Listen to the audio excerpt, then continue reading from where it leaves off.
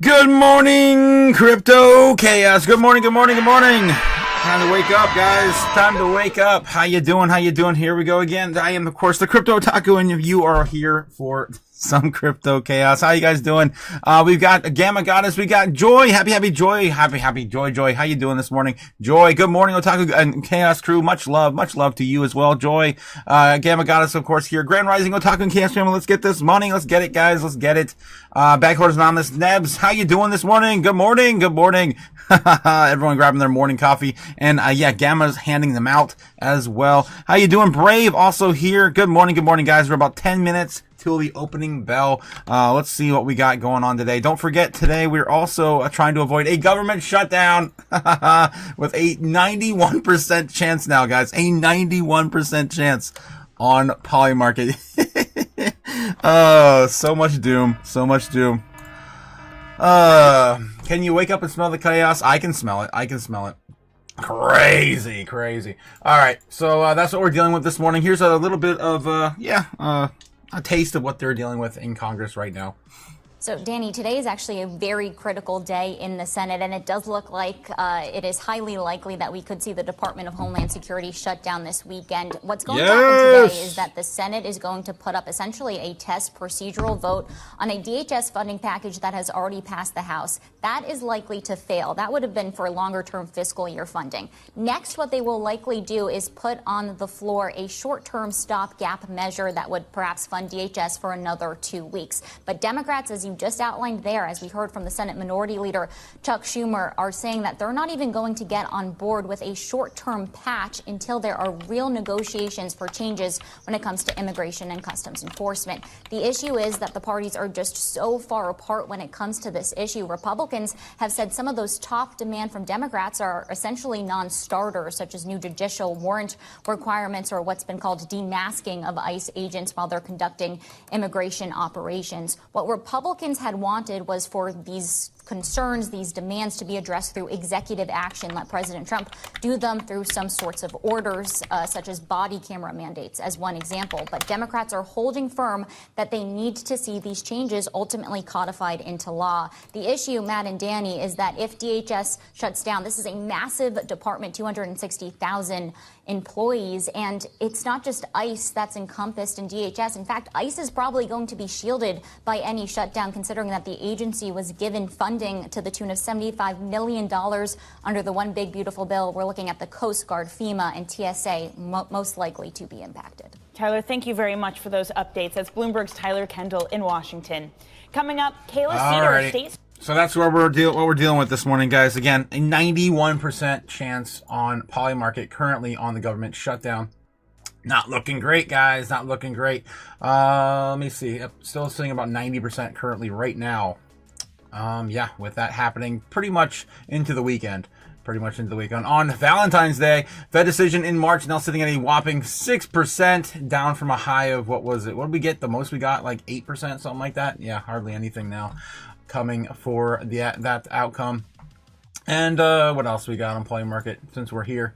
Clarity Act signed into law. There's a 54% chance. Again, I flipped the coin yesterday, and it looked like it wasn't going to happen. Let me see if I do it today. Get some good luck. This is so stupid. It's heads. So, yeah, who knows, guys? Ridiculous. All right, let's see. What do we got in the headlines today? How's Bitcoin doing? Well, we might as well start with Bitcoin. Sitting right now on our baseline target, of course, calling for baseline bear. Last night, baseline bear. What again? So much winning. So tired of winning. Even get tired of winning. Yep, I am. I'm tired of winning. You guys know how I feel about that. I want to be wrong. I want to be so wrong. It hurts. I want to be so wrong. It hurts. And we were, I guess we did get that last week, didn't we? We finally got our bear target, or super bear target, when we hit the no zone, and then back into what, 60K? That dropped to 60K. That was insane. I couldn't have predicted it, but the chaos gods could have. They did. You never know. Of course, that was the first ever super bear we ever hit on the channel. All right, let's get back into some of the news. What else is going on in the headlines this morning? Bitcoin this morning also. Looking like it wants to get a little bit more higher. Just a little bit. Not go crazy. Don't go to the moon. This is the last solid trading day for the week. On Thursday, of course, before we wind down to the weekend. So right now we're hitting our head at about 68,600. That's where we bounced a little bit earlier, right here, 68,600. And then below us we have 65.6. So we've kind of built up a little bit of a pillar above that 62K and that 64.2, right? We were looking at those areas yesterday. Those areas seem to be a little bit more defended now. We're a little more well defended. So now we're looking at possibly trying to stay at least above 65 today. That is the plan. That is the plan. It's just, yeah, we're still stuck in the, in the overall sideways chop. And we're almost right down the middle now. So, I can't complain. Again, I've been saying this now for, 3 or 4 days, 5 days, that we have to stay in here going chop for about 14 days, 2 weeks to get some more potential, support levels around these areas so that we can start building up higher positions moving forward. Again, we're only about 5 days in. So yeah, it's still too early. I guess this will be the 6th day. Yeah, today will be the 6th day. Not too bad, guys. 1 week down. Another week to go after Friday. As long as we can hold, as long as we can hold 65K flat. If we can hold 65K flat, another week, we should be good for retesting 70K again. And hopefully that was the final bottom. Jesus. All right. Sitting in about 2 minutes to the opening bell. Let's take a look at the headlines, see what we got going on today at CNBC this morning. House votes to override Trump's Canada tariffs. So they're doing that right now. And from what I've heard about this, some of the GOP is also pivoting to try to keep costs down. So they're trying to also, get on board with, easing on the Canada tariffs. So it's kind of a, I guess slightly more bipartisan now. I don't know. It doesn't look like they're going to get anywhere either way, but we'll take a look anyway. Trump administration will end Minnesota immigration operation. That's breaking news right now for who it matters. What else we have in the headlines? Probably don't have anything. Epstein files, AG, Pam Bondi. Oh God, yeah. Yeah, that clip yesterday was insane, where she just kind of lost her train of thought and then just started talking about, you know what, 50,000 on the Dow. It's amazing. It's the first time ever, and Trump did it. Yeah. I don't know. She might just be on a lot of pressure. But yeah, everyone knows. Yeah, there's something not quite right there either way. All right. Mercedes. Well, we got Trump orders Pentagon to buy power from coal plants. Bill Ackman reveals stake in Meta. Musk announces an XAI, a reorganization following co-founders' departures from SpaceX merger. And that's about it. There's hardly anything interesting here. Nothing really interesting on the headlines for CNBC. We got about 30 seconds. We should jump over there real quick and not miss the bell. Let's take a look over there and then catch up with you guys in the chat. Catch up over there with you guys. All right, you guys. Geez, how's it going, guys? Good morning. Yes. Looks like, what was it? You guys talking about Toshi this morning. How is Toshi doing this morning? Let's see. We have time for that? We might have time for that. Maybe. Let's see if I can throw Toshi on the board real quick. Toshi. It's been a while since I looked at Toshi. Damn, look at that pump out of nowhere for Toshi. Boom. It's retesting some of the critical, areas of resistance right now at about 3028. 3028. It did wick all the way up there. So yeah, that's where Toshi's at right now. It's living. It's already broken out. It's a good sign, guys. Usually when meme coins start to break out ahead of Bitcoin, that is a good sign for a run to come. So hopefully it's not the only meme coin running, though. I know. All right. We got to get over here and probably getting the bell right now. Boom. Trading for a couple of days and doing well. Everybody on the staff got the memo to wear a blue tie, except for that guy in the corner. Call him out, Matt. I mean, did he not check his email? There's a guy in the back in gray. True. Well, he made hiding some really questionable decisions. APC, this is Arco Petroleum, also raising money in an IPO. They are, the parent company, Arco Corp, one of the largest independent convenience store operators and fuel vendors in the country. So like Easy Mart or Flash Mart or whatever. And then Petroleum, they do the wholesale vending to all these convenience stores around the country. So really interesting business. I've never heard of them, but that makes sense. They're behind the scenes, I guess, for it. Here's a company you probably have heard of. It's Cisco. Having a really tough session. Shares are down 6.6% at the open, a weaker than expected forecast for profitability. The reason for that, as you might expect, is mounting memory chip prices.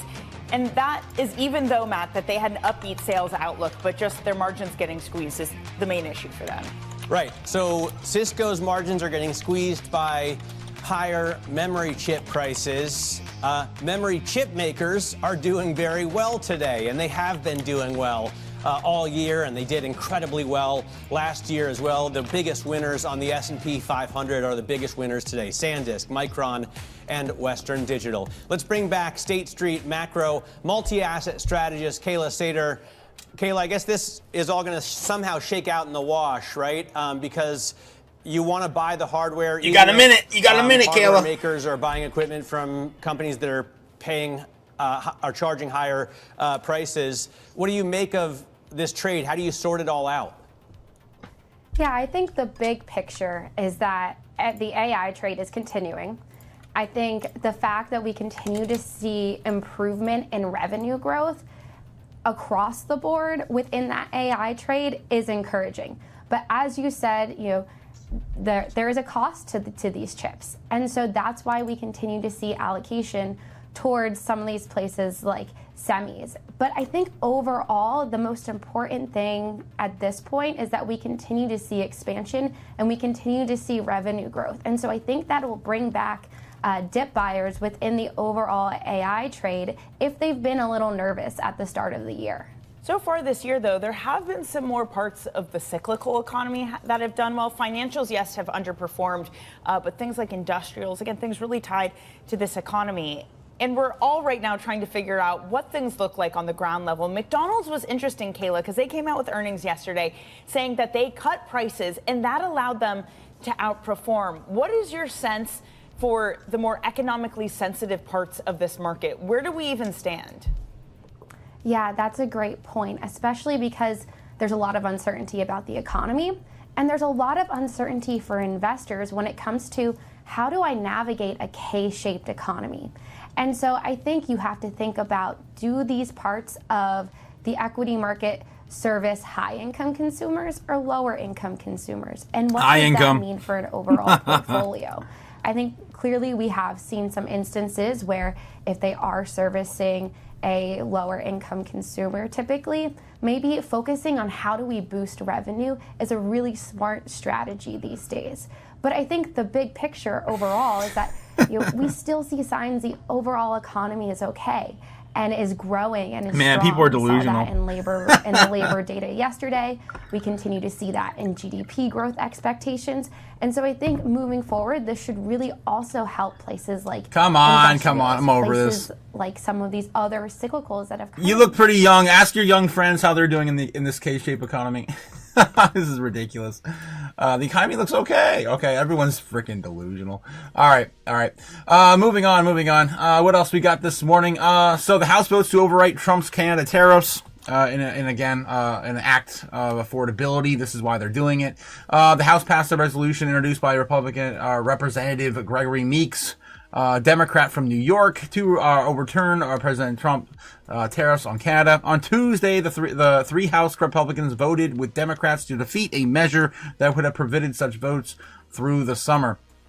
The House sent a strong signal to Trump over tariffs, though the president is likely to veto any tariff legislation that reaches his desk. So it won't really matter either way.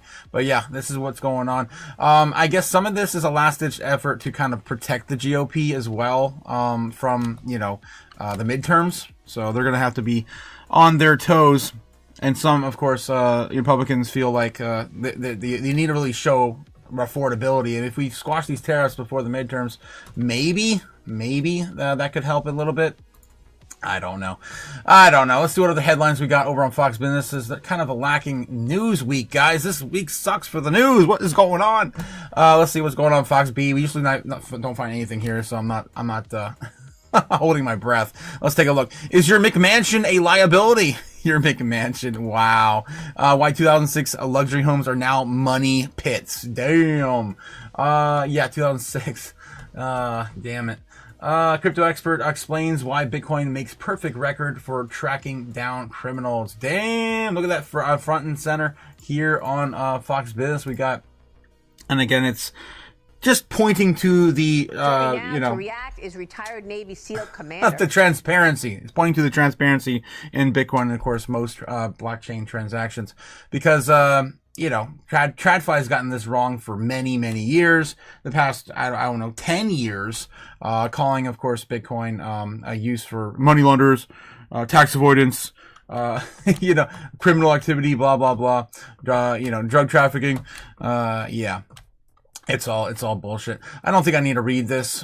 Basically, all you guys know that the blockchain is transparent, and of course, if they wanted to, they can, of course, track down criminals, using the blockchain, anyone using this technology. Unless you're using, some private, privacy coins, like maybe Monero or Zcash, but even still, with those, you still have to enact those features.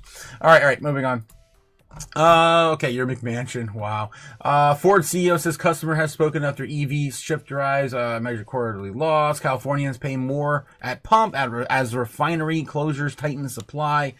Damn, how much are they paying in California right now? Damn, let me know if you guys are out that way. How much are you paying for gas right now? I think the last time I did a health check with our boy Cody, I think he was paying like $4. It was crazy. Crazy. Anything else? Texas CEO pitches backup power at fraction of home battery cost. Novo CEO warns knockoff weight loss drugs could put patients at risk. Of course they're going to say that. Jeez. I would say those drugs in general put your patients at risk. Come on, jeez. That's such a stupid headline. Trump to Kudlow says this country should have the lowest interest rates in the world. Yeah, that's what Trump wants. Yeah, obviously these are old news too. Going down here, Fox B needs to get their crap together, get someone really in there that's doing the work.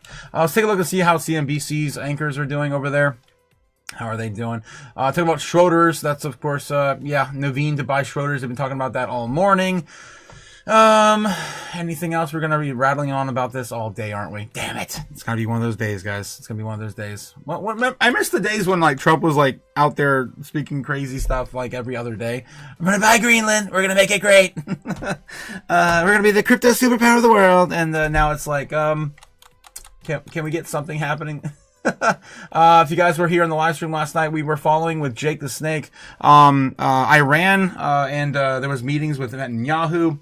There's things going on in the world behind the scenes. A lot of distractions are definitely in front of us at the moment. All right.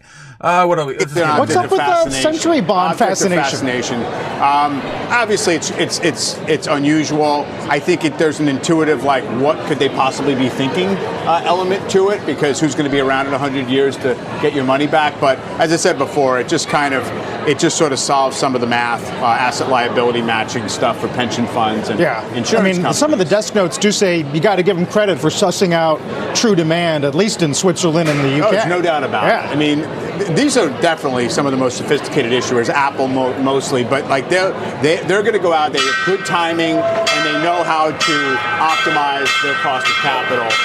And the other thing about fixed income managers is, if a new big issuer shows up, all right, I gave him a minute, but there's really nothing for us there. All right. Let's take a look and see how is the overall market doing, the overall sentiment. How are we doing? Is that Konami on the main page right now for Yu-Gi-Oh! Oh my god, that's hilarious. Use Brave browser, guys. Don't watch any of the ads on YouTube if you use the Brave browser on your app or on your home computer. Of course I'm not affiliated. I just like the Brave browser. I've been saving tons and tons of time and hours and bandwidth by not watching any of these stupid ads for years over on Brave. All right, let's take a look. How is the overall sentiment doing this morning? Starting with, of course, the stock market. Right now, opening in neutral, 49, 1 point less than it was yesterday, from 49 to 48. 48. How's the stock market? I mean, the crypto market's doing, guys. We saw the lowest we've ever seen recorded ever last night at a 5 on crypto fear and greed.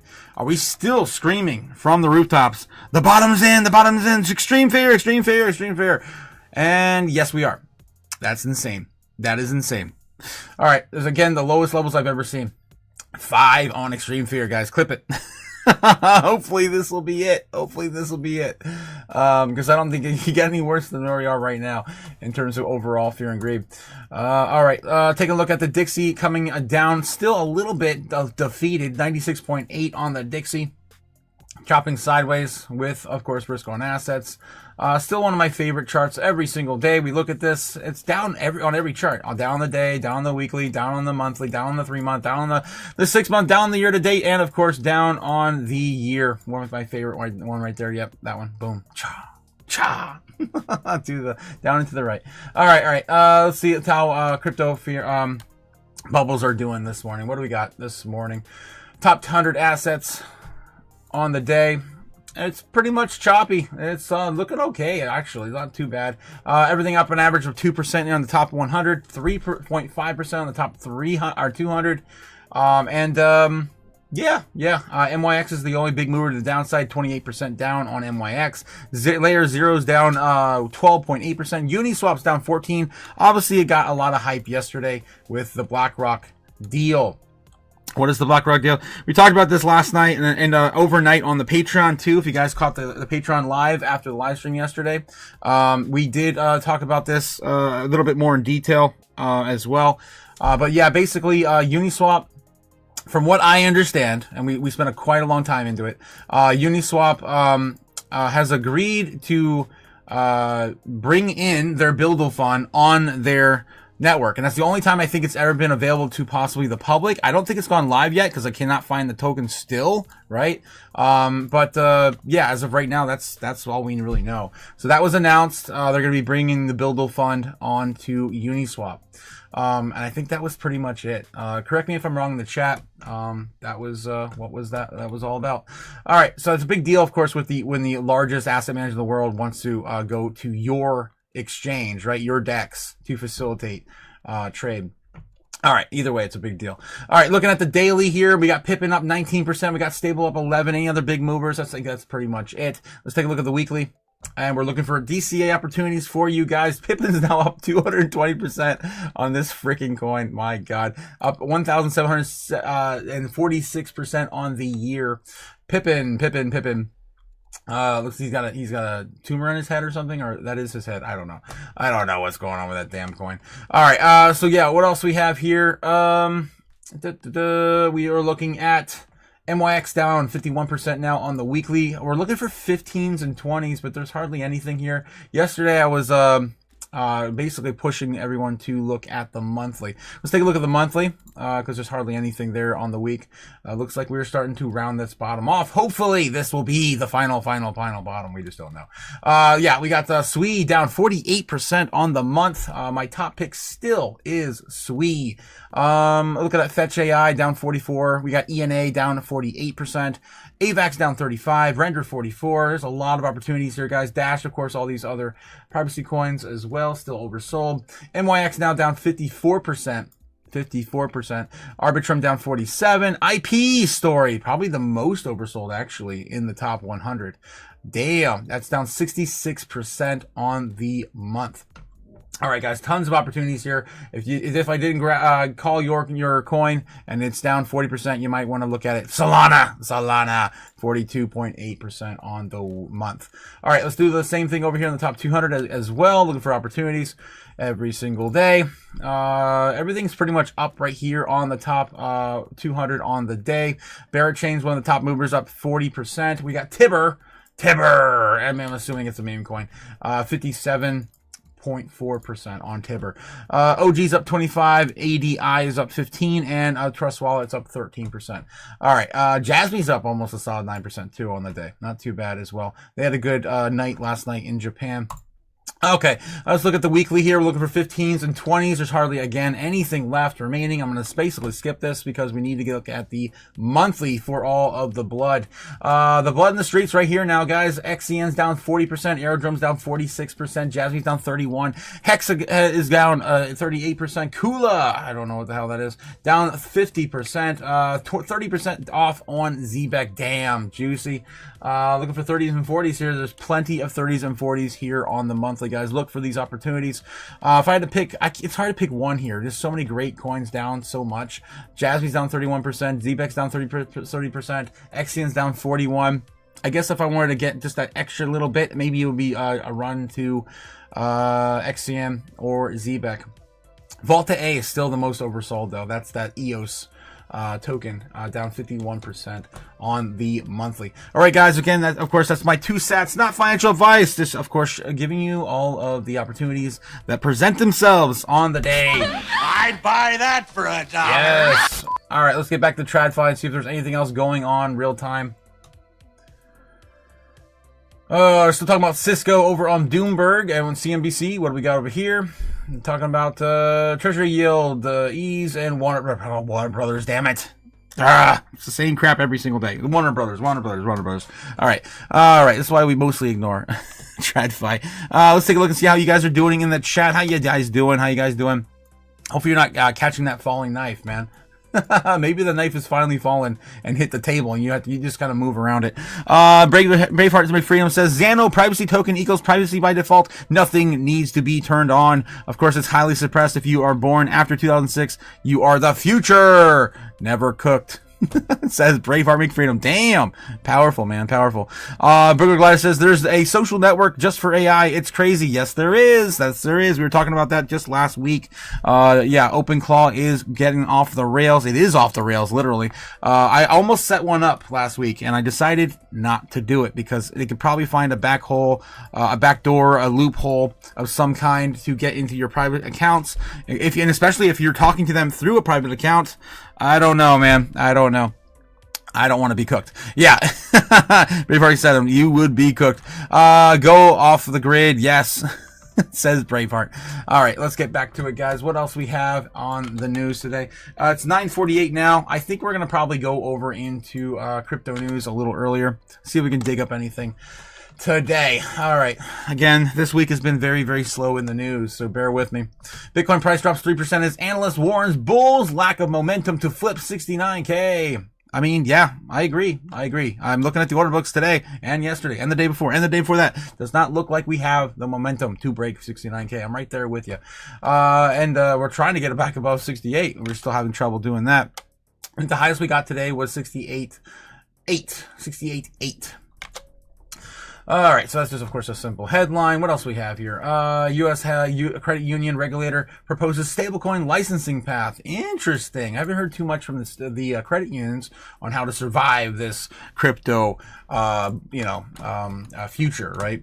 The U.S. National Credit Union Administration proposed a federal licensing regime for payment stablecoin issuers operating through credit union subsidiaries. Let's take a look. The United States National Credit Union Administration, NCUA, has proposed the first rules and guiding and establishing a national innovation for U.S. stablecoins, the Genius Act, sketching out how subsidiaries of federally insured credit unions could apply to become federally supervised payment stablecoin issuers. Interesting. The NCUA, which oversees 4,000 federally insured credit unions, serving roughly 444 million members and about 2.38 trillion assets as of mid-2025, is using the proposal to set out a process and standards for licensing such issuers. Under the proposal, and payment stablecoin issuer that is subsidiary of any insured credit union would need to obtain a NCUA permitted payment stablecoin issuer PPSI license before issuing coins. Federally insured credit unions would also be prohibited from investing in or lending to payment stablecoin issuers unless these issuers hold an NCUA PPSI license. The draft is narrowly focused on licensing and investment limits. A forthcoming proposal will implement the Genius Act standards and restrictions for PPSIs, including requirements related to reserves, capital, liquidity, illicit finance, and information technology risk management. Okay, there we have this established bill here for this proposed rule for the credit unions. Man, I'm happy to hear this because I was like thinking that they were down and out for like a long time now. For now, the rulemaking is about defining and license and oversight architecture, and any eventual rollout of the stablecoin services and members would depend on the future approvals and additional standards. A forthcoming proposal will propose regulations and implement the standards and restrictions imposed by the Genius Act on PPSIs. The preamble states. Public chain neutral and 120-day clock. 120-day clock.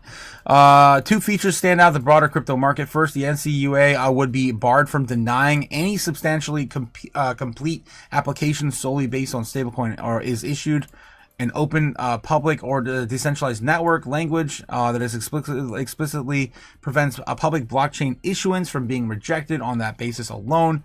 Second, once an application is deemed substantially complete, the agency would have 120 days to approve or deny it. And if the NCUA fails to act within that window, the application would be deemed approved by default. Okay, so it's kind of like the same rules they gave for like the ETFs. They have to be sort of the timing is a little different, and the application is a little different. But the ETFs they had originally, 90 days as a futures contract, and then of course an ETF could be created for that asset after 90 days. So the same thing right here. It looks like if they're just going to be filling them out, and after 120 days, it's just going to be approved by default. Okay, interesting. The proposal also implements a core Genius Act design choice. Insured depository institutions, including credit unions, cannot issue payment stablecoins directly and must instead use separately supervised subsidiaries that meet uniform federal standards. For credit unions, this generally means routing activity through credit union service organizations and other qualifying entities that fall under the NCUA's jurisdiction as subsidiaries for the insured credit union. All right, and the document is only a notice of proposed rulemaking. Of course, they still have 60 days from Federal Register publication to comment before the NCU can finalize or revise the license regime. So, still pretty new for these. For the credit unions to enter the space. That's pretty cool, though. And we're starting to see all forms of business move on the blockchain. All right. Let's continue into other articles and things. We also have Brave Farming Freedom with a $2 super chat. How's it going, Brave, this morning? How long will feds keep getting paychecks? I know, right? They're getting what's the average right now? $350,000 to be a Fed freaking chair. I mean, not chair, but Fed governor. Insane. $350,000 to control our money for us. Jeez, we should just eliminate it and have a free market. UK government appoints HSBC for tokenized bond pilot. Gen Z flirts with crypto to pay the dates this Valentine's season. What? What? Pay for dates? What the hell? Let's get back over here. Okay. An OKX Commission Pollfish survey finds that 13% of Gen Z have paid for dates with crypto. Oh, okay, with crypto. God, this is okay. Force with crypto to pay for dates. Okay, I must have read the headline wrong. While not so many users cite a lack of direct way to do so. I mean, it's still really early. 13% of our crypto public being surveyed, obviously, on OKX, because obviously it's a blockchain exchange. Okay, what else we have? ARK Invest adds 3 to 34 million Robinhood stake as Bitcoin falls below 66K. They're buying back Robinhood again. Thailand approves crypto as underlying assets in derivatives markets. Anything else breaking? No, not really. Oh, this is old news as well. Let's take a look back over here on, how about cryptonews.com? Cryptonews.com. China's, man, there's nothing over here, man. Why do I even kid myself with cryptonews.com? All right, let's get over to, how about, bitcoinnews.com? Usually something good over here. SEC chair slammed by Democrats over shift in crypto enforcement. We could take a look and see what's going on there. Bitcoin slumps below 66K as Jeez, what the hell? As strong U.S. job data dampens rate cut hopes. That was, of course, yesterday. Old news. Ripple reaffirms XRP priority. CEO says Ripple XRP family comes first. We, of course, talked about that and went into that in detail yesterday. Michael Saylor, Valve strategy will keep buying Bitcoin. This is old. This is old news. It's all old news. Of course, Danske Bank. We covered all this stuff yesterday. Unfortunately. Let's go back over the TradFi, see if there's anything else breaking, and see if we can dig up anything. Old economy is hot again, driven by data and AI backlash right now on Doomberg. To hear them talking about this, that recovery for the main cabin is just really not materializing, and that gap between the premium flyers and the main cabin is the starkest it's ever been. And so I do think that's something interesting to keep in mind here as we talk about an industrial recovery. It is really hard to have a very meaningful industrial recovery without a consumer recovery. And the consumer has consistently been the weak point in these industrial earnings. Retail drives everything. So far, if you look at companies like Stanley Black & Decker, talking about increased promotional activity and consumers trading down in terms of vacuums and power tools. Pentair is not forecasting any kind of recovery in the residential pool market in 2026 to sort of help out its guidance. Carrier, a lot of the HVAC companies have been similarly very conservative about the prospect of increased consumer spending on heating and cooling systems. And so I think as we think about, what this industrial recovery ultimately looks like without the consumer, it might end up being pretty shallow. All right, Brooke, thanks so much for joining us. Brooke Sutherland there runs our industrials coverage. This. All right, who we got? I'm not feeling them. Okay, let's take a look and see what's going on with CNBC. God, I just can't today, guys. There's nothing good. We're gonna have to, of course, rely heavily today on X. X, of course, gonna give it to you. Let me take a look at this particular article we pulled up earlier. SEC chair slammed by Democrats over shift in crypto enforcement. U.S. lawmakers challenged SEC Chair Paul Atkins over a sharp decline in crypto enforcement actions, raising concerns about dismissed lawsuits, alleged political ties to Trump-linked crypto ventures, etc. All right. Tensions over crypto market legislation resurfaced on X, and here's a flipping, oh my gosh, what the heck. Where was I? Just click on random stuff, it just takes you places. It's crazy. During a House Financial Service Committee having a hearing on yesterday, Representative Stephen Lynch said that enforcement actions have declined roughly 60% since President Trump took office and appointed Atkins to lead the SEC. Lynch pointed at the agency's decision in May 2025 to move for dismissal of its lawsuit against Binance as a prominent example. The Massachusetts Democrat also raised concerns about the foreign investment tied to World Liberty Financial, World Liberty 5, a decentralized platform, of course, reportedly linked to the Trump family. Recent reports indicate that Arium Investment One and Dubabi investment vehicle backed by UAE and National Security Advisor Sheikh Tahnoon bin Zayed Al Nahyan. Man, that's a huge name. Wow.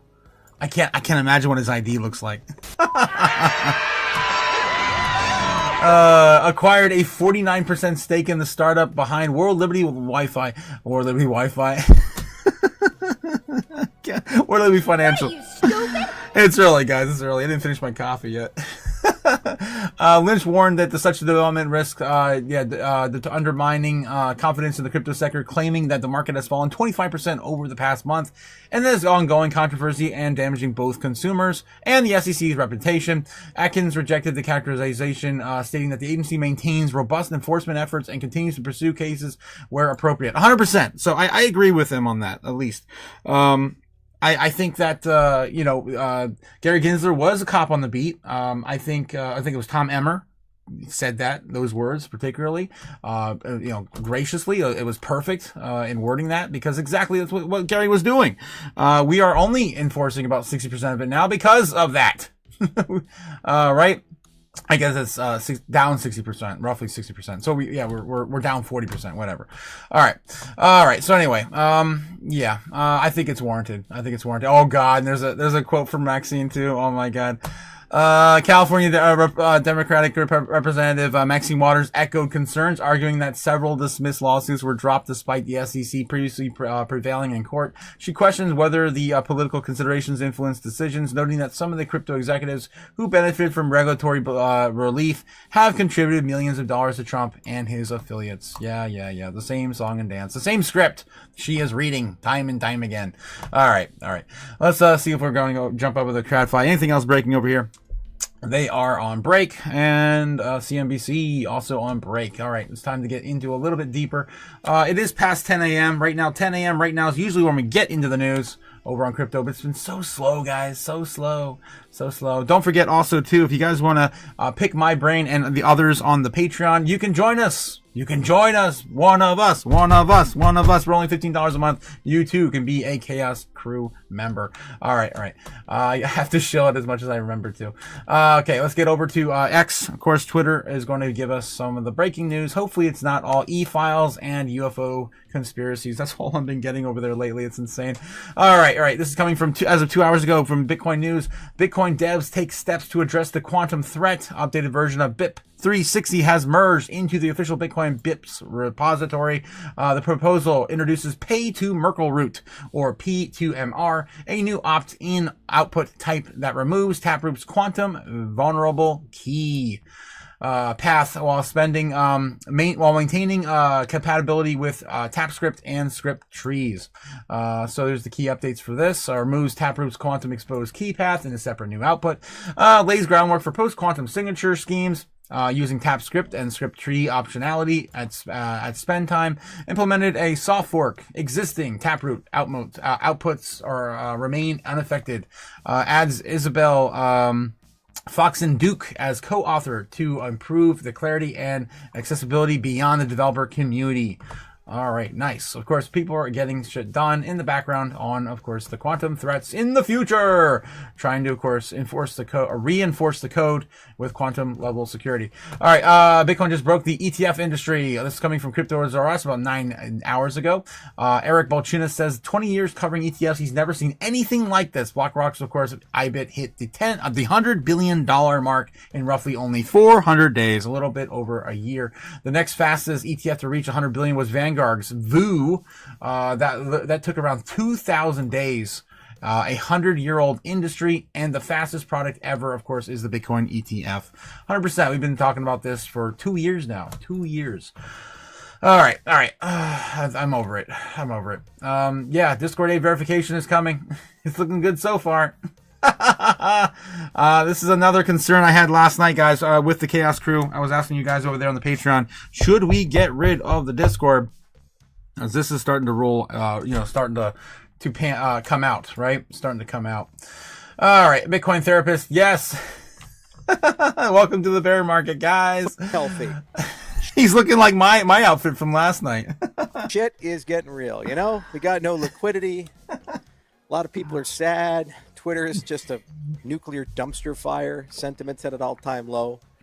And that's okay. Yes, it is. Five. Is that despite the fact that the micro looks bad, the macro is just saying we need to have a new paradigm, a new vision, new narrative. So the industry's not healthy. Shit is getting real, you know? We got no liquidity. A lot of people are sad. Twitter is just a nuclear dumpster fire. Sentiments at an all-time low. I love it.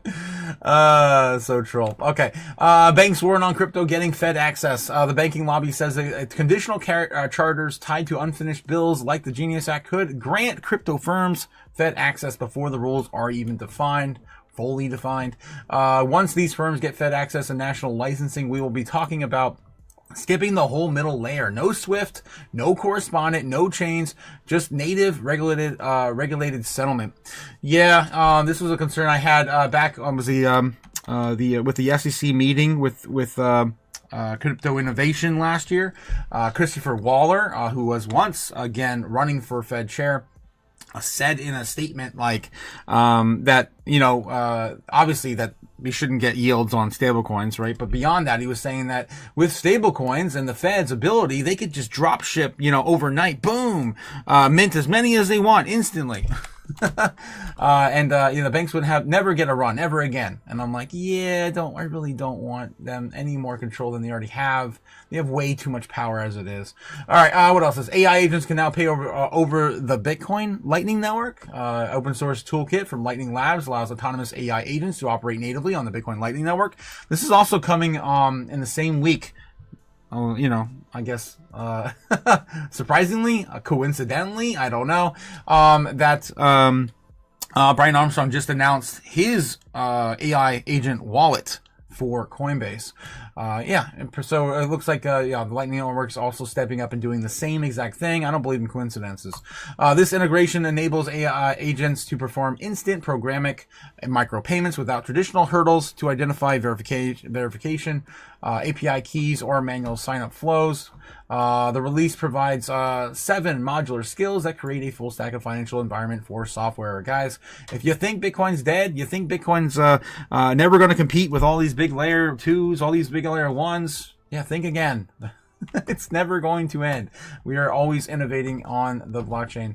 All right, what else we got? 2.6 trillion city just built on top of Solana. Damn, nice. Finally some solid news for Solana. I wonder if they pumped on this news because this thing has been beaten to death, guys. Citigroup with $2.6 trillion assets, one of the most systematically important banks on earth, tokenized a bill to exchange and completed issuance of the settlement on Solana. It's not a sandbox demo. That's a trade finance infrastructure moving on chain. Citibank operates 160 countries with institution that's the size experiments publicly. It's not for headlines. It's because the rails are getting competitive. Yes, they are. Yes, they are. All right, let's take a look. How's crypto holding up too? Let's see how's Bitcoin doing. We've been stepping away for a little bit. Still chopping around 67.2. Still roughly in the middle of this parallel channel. All right, and again, if you guys are just joining us, we called baseline bear last night. We got right on top of our baseline target in the morning, and then we're coming back down to touch a little bit of a correction. We do have, I think it was 65 was the new low we have on the order books recently, and we're starting to produce a little bit of a higher low. So we can just kind of keep this going. Maybe this afternoon we can probably see another retest back to 69K. The orders books have to fill though. Let's take a look. 68,500 is still going to be the most resistance, right? It's not too much there really now.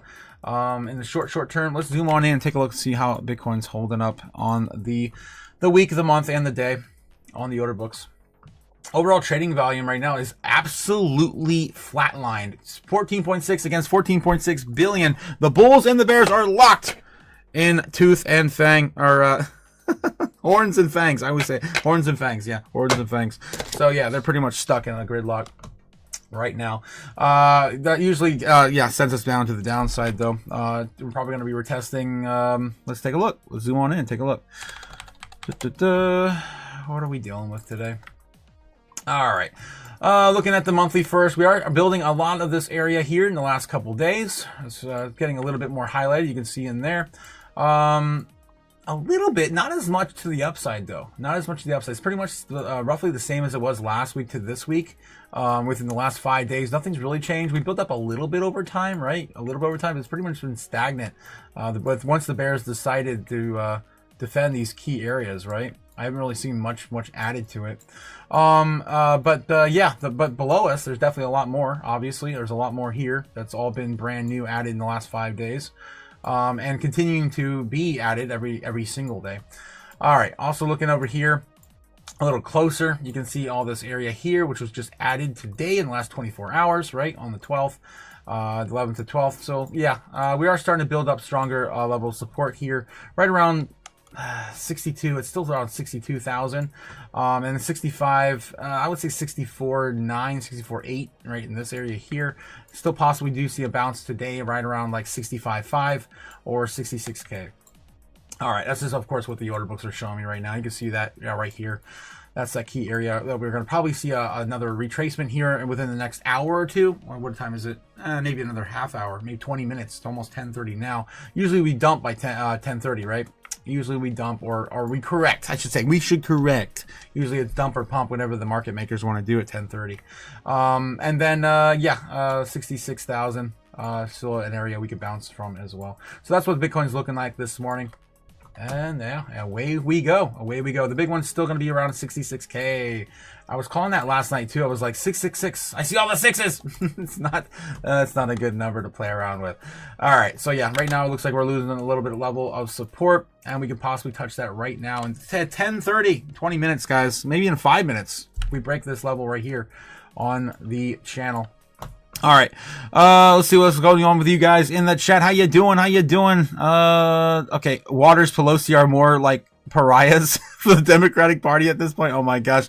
E-Press coming with a $5 super chat. Let's go. Oh yeah, that's funny. The Hippo House poop. Hippo House dump. The house hippo dump. The house hippo dump. I see those emojis there. House hippo dump. Geez, you killed me last night on the Patreon when you said I was trying to find tokenomics in a rug pull. I lost my shit, dude. That was too much. Thank you, E Perez, for that $5 super chat. Thanks again, man. Thank you. Holy crap. Political stress, says Braveheart. Political stress. Yeah, Braveheart also said, talked to an old friend last night. He's a Bitcoin maxi. For the past year, he's been holding back. You actually have a friend that's a Bitcoin maxi in real life? Oh, man. I envy you, man. I wish I had those kind of friends. Cash to buy back in 60K now. He says he didn't buy and seeing cracks in the system. 40K. Yeah, I don't know, man. 40K, I'm still not feeling 40K yet. We gotta come back down and hit like 50, 55, which we have a large area to do that. The order books are screaming it. Let me get back in there and zoom in again, show you what I'm talking about, since we're still on that topic. If you're looking at the monthly, right? This is what scares me the most when it comes to price action to the downside. If you're looking at the monthly, there is nothing above us that compares to what is below us, right? I mean, there's nothing, I guess vice versa, right? There's nothing below us that compares to what's headed for us up top. We will hit our head really hard, even if we do get some really huge buys from some Sultan Supreme, right? We're still going to be fighting off that like $90,000 area, so probably more than likely going to keep us down for quite a while. It's going to take weeks, it's going to take months, it could take a year, guys, if we do not get clarity going or any sort of major catalyst. Sitting right here at about 55,000 is still where we're probably likely going to bounce if we do see a pullback next. There's hardly anything else that points to that. Another outcome that doesn't push us down there. We need a win to hold up the entire market. Right now, it's a little bit more, there's a teeny tiny bit more, inflows and outflows right now in Bitcoin, but yeah, it's still pretty early. All right. I'm done psychoanalyzing the charts and the order books. Let's take a look and see. One more run through TradFi. We got 15 minutes until, 10:30. We could be doing a bit of a dumper-rooney. If we do lose this area, which we're starting to wick right now, or at least honoring it. If we do lose this area, though, let me get to the 15-minute. Yeah, there we go. If we do lose this area, we are going to come down and probably hit 666, right? So hopefully we can hold up a little bit before then. All right. It'd be nice if we just kind of keep this channel going until about 12:30, and then break out 2/3 of the way. Yeah, 2/3 of the way. Yeah, 12:30, something like that, and then break out to the upside and retest 69K one more time. I don't even want us to break through it. I just want us to kind of swoop down, maybe grab these lows a little bit, and then try to get at least one tap to 69 today. That's all I'm asking for. All right. But we're probably going to get a doperoni here in 15 minutes. All right.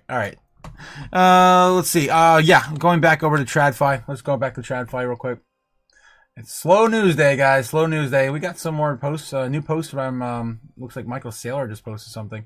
Michael Saylor, 2 hours ago, said, by design, stretch. Of course, shilling his stretch product, 11.25%. 11.25%. All right. Let's get back over to TradFi. House passes measure rejecting Trump's tariffs on Canada. They're talking about that now. Lateral action when it comes to his tariffs and didn't seek congressional approval, and they wanted to make their vote known in that way. With this said, of course, the White House is largely defending its tariff policies, and the vast majority of Republicans did vote with President Trump. We're only talking about 6, but it still does mark the strongest sign of political pushback that we have seen so far when it comes ultimately to this tariff policy. This affordability issue is something that seems like a really strong speaking point for the Democrats here. The Republicans are certainly making some statements, some policy statements about, mortgages and so on and so forth. Is it something they feel like they can get ahead of? Because right now they seem to be playing defense. Right, there is, we've seen really a flurry of policy proposals out of this White House, perhaps some with more populist tones, right? President Trump's proposals when it comes to credit card interest rates are banning institutional investors from buying single family homes. So we'll have to see what ultimately resonates, because polling has repeatedly shown us that at the moment that economic message isn't resonating with Republican voters. I'd point you to a Gallup poll out just this week that finds that 50% of U.S. adults feel negatively about the U.S. economy. However, I will say that the White House is rather optimistic going into the year ahead. You're going to hear them talk a lot about those expected larger tax refunds coming under the One Big Beautiful Bill, and they are still doubling down on their tariff policies, even as we just saw what happened here in Congress, talking about an expected boost to manufacturing jobs as one example. But Paul, to your point, this vote yesterday actually really marked a defeat for House Speaker Mike Johnson, who tried really hard to not force his members to take a politically fraught vote and get them on the record. Because I have to say, if you're a reporter here in Washington, you get a lot of campaign emails. And after that vote happened, Democrats started sending these emails targeting Republicans in farm states in particular about siding with President Trump's tariff policies. So it's going to be something to watch as its political potency definitely takes us ahead into November. Absolutely. The other thing I wanted to get the latest on you from is the White House border czar, Tom Homan, saying that he has proposed, and the president has agreed, that the federal surge operation in Minneapolis is coming to an end. All right. I'm over it. Okay. All right. Just wanted to hear where they're at with the tariffs right now. In Canada, again, if you guys are new, just catching this, of course, Trump is his tariffs in Canada are being challenged right now in Congress. All right. Let's see what else we are going into. CNBC. We got anything else for us? CNBC? Nothing? Maybe. 40 or 50 times earnings, and now they're trading at 20 or 25 times earnings. Still too much for us. Software stunning sell-off. Oversold. Yes, 100%. We're getting a lot of calls from LPs and big institutions saying, "Do you still have room? Are you open?" And we're not.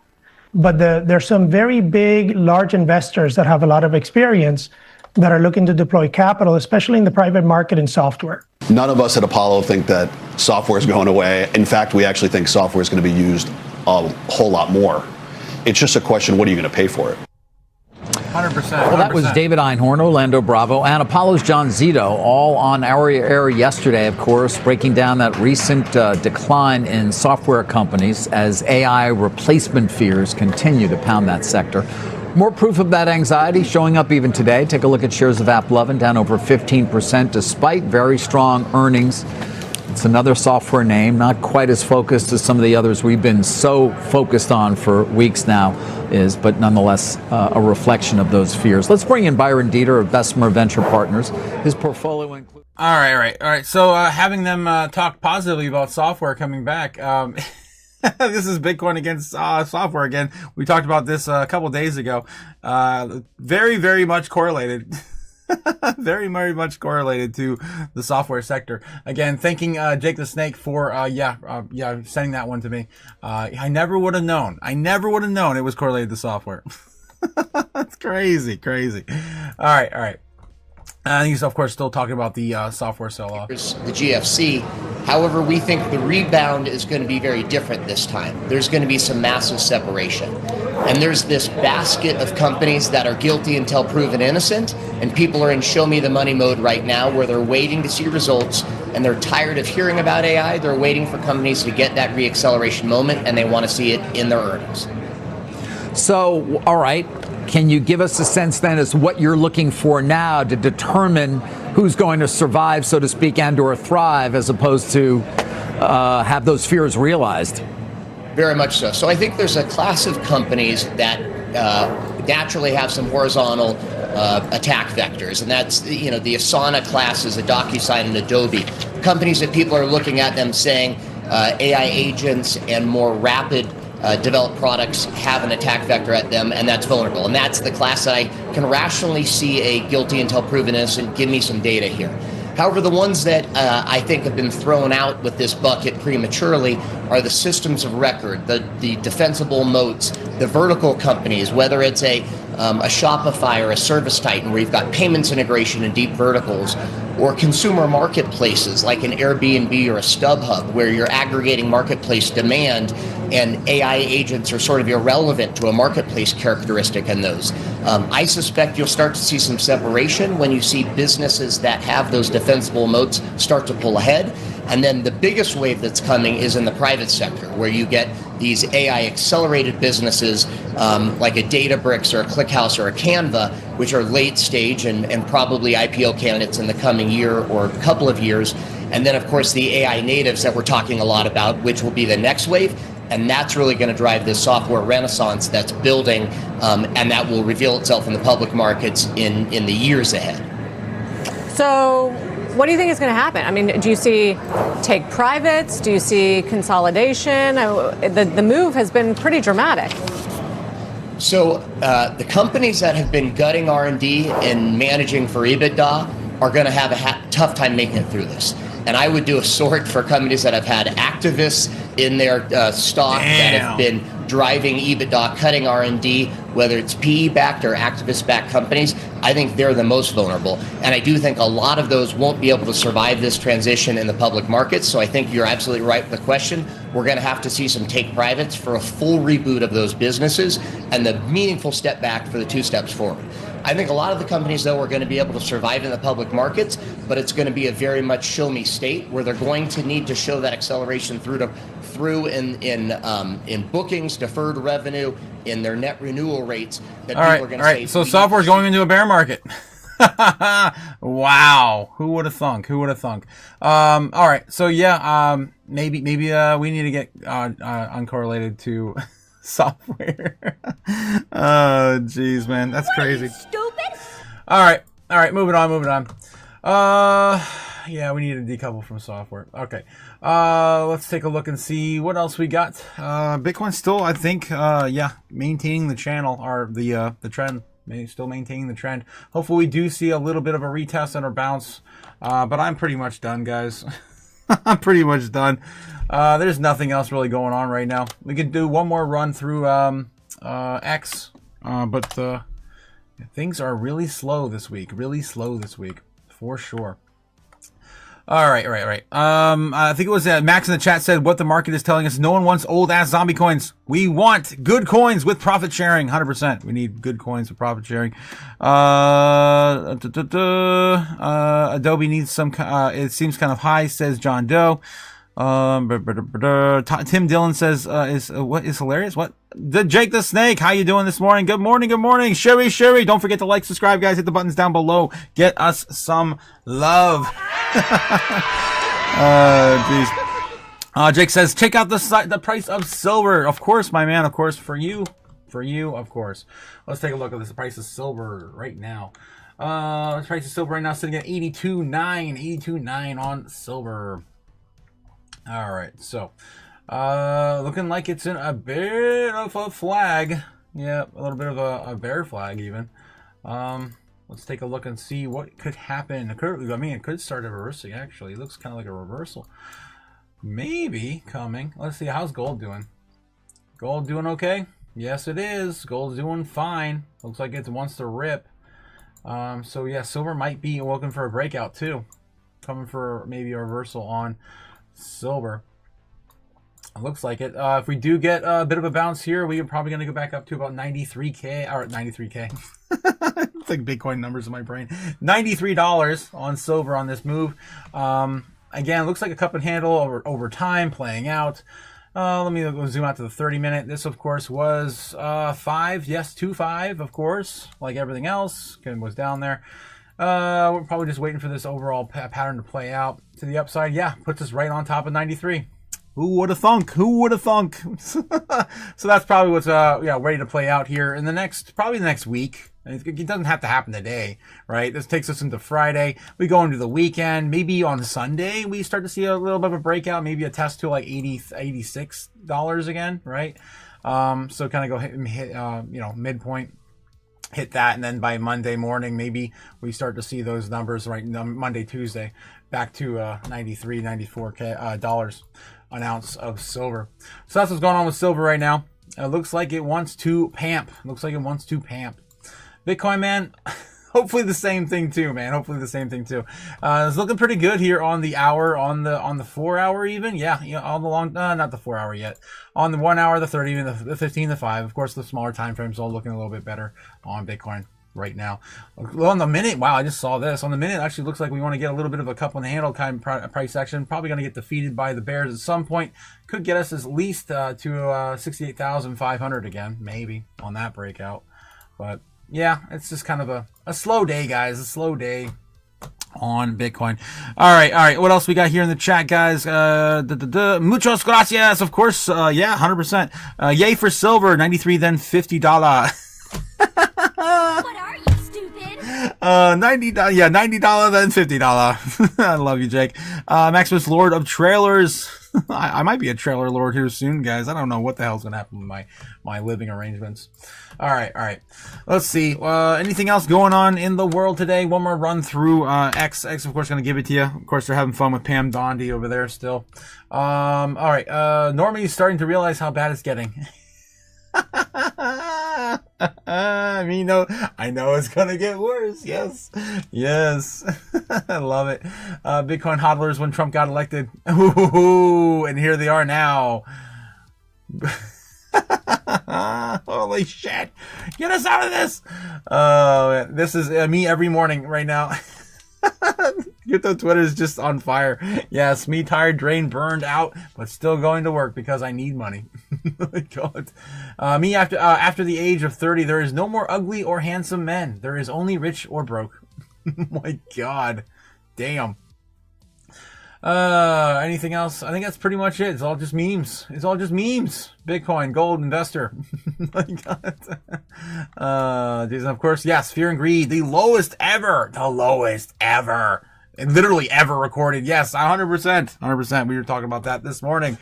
Insane. Actually, last night it actually started at 5. Could be the bottom indicator, guys. It could be a bottom indicator. All right, just in Binance completes $1 billion Bitcoin SAFU conversion. Binance just added 4,500 Bitcoin, with about $300 million to secure asset fund for users. SAFU, bringing total holdings to 15,000 Bitcoin, about $1 billion. This marks the final step in Bitcoin's Binance's plan to convert the entire SAFU reserve from stablecoins into Bitcoin, which they started doing last week. We were talking about that last week. The fund will actively rebalance it if value drops below $800 million, reinforcing its role as an emergency protection pool. Binance says its move reflects long-term confidence in Bitcoin as a financial asset against the dollar. Duh. Yep, anything's better than this stupid shit. It's just paper. We burn it all the time. All right. Okay, just in Binance, SAFU loads up on more Bitcoin. All right, yeah. All right, I think that's it, guys. More Epstein, and the rest is history. All right, guys, I'm gonna call it 2 minutes. 2 minutes until 10:30. Are we gonna see a pump on Bitcoin? I hope so. Maybe that 1 minute hidden bullish is going to play out to the upside. It looks like it's starting to kind of create that handle. Possibly coming soon. But anyway, guys, we're still going to be range bound for a while. Again, somewhere between 65,000 and about 72,000, 72K. Again, maybe another week here, and we could start to see maybe some mid-70s again. That's our hope, our dream, and of course our fight for the future. of crypto. All right, guys. So have a good day. I will leave you at that. And yeah, hopefully better things are coming. I really hope so, guys, because I can't. I'm not even talking about crypto.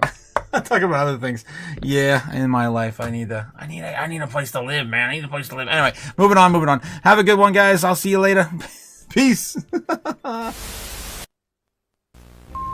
Fly me to the moon. Let me trade among stars. Let me see what freedom's like without money and gold bars. In other words, hold my keys. Oh! In other words, let's make history. Oh! Fill my world with more songs and let me huddle forevermore and more and more and more and more. I long for Hollywood shop in a door. In other words, I choose you. In other words, I love you.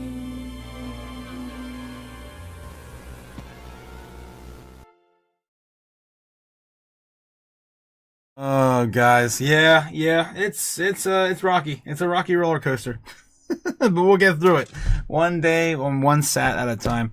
Jeez, and yeah, with less of these, we need less of these, guys. Make sure you're not sitting on dollars. Even Binance knows not to sit on dollars. Get rid of all these guys. Get on, of course. Get off zero when we're talking about Bitcoin and other crypto assets for the future, guys, for the future. I will see you all again soon. Oh, today, 8 p.m. tonight, of course, the foreign market open for the last day of the week, Friday. Have a good one, guys. Hot fart yoga. What the hell, Jake? All right, take it easy. Peace. Watch the cash burn, land fade. A new world rises, we've made the trade. The robots are rising, ICE taking the crown. But we're the ones that won't back down. Bet.